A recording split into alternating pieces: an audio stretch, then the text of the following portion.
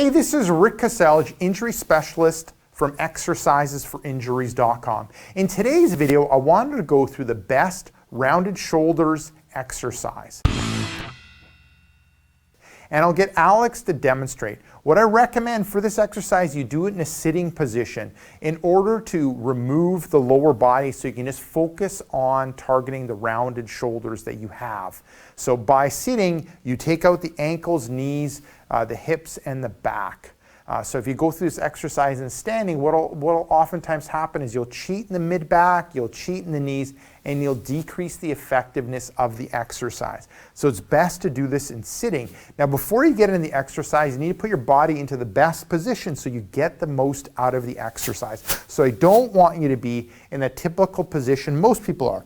Pelvis back, flat back, rounded mid-back, rolled shoulders, rounded shoulders, which you have, which you're trying to get rid of, and your head forward. You don't want to be in this position because if you try to do the exercise, all you're going to do is promote this rounded shoulders. Now we want to get into this right position, so we're tilting that pelvis forward. That brings the curve of the back into neutral or normal for you. We're going to flatten out that mid-back.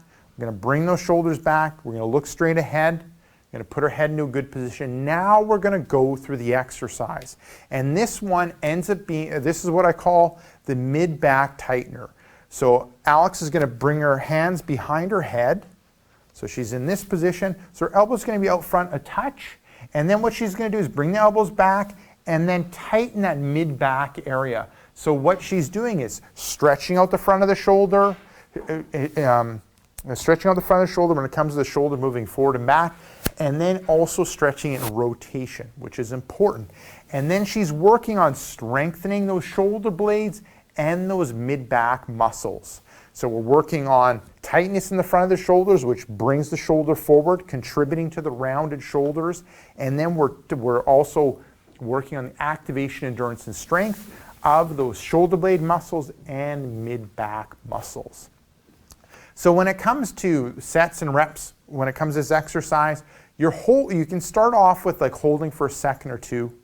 Then you can end up progressing to about a 5-second hold, doing it 5 repetitions.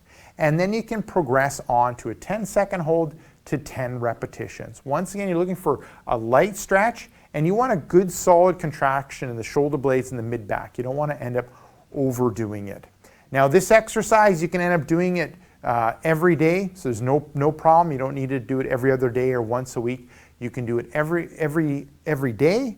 And at the start, in order to kind of catch up and help with your rounded shoulders, it's fine that you end up going through it a couple times throughout the day. So if you're in a job that involves lots of sitting, this is something that you can do to help when it comes to your rounded shoulders. Now, if you're looking for some other tricks that'll end up helping you with your rounded shoulders, what I recommend for you to do is click right here. What I have is a new report called 5 Tricks That Fight Rounded Shoulders. It's a video report where I show you 5 more tricks to help you overcome rounded shoulders. So just click here, let me know where to send the report, and I'll personally send it to you right away. Now, if you're watching this video on a mobile device like a tablet or smartphone, head down below into the description.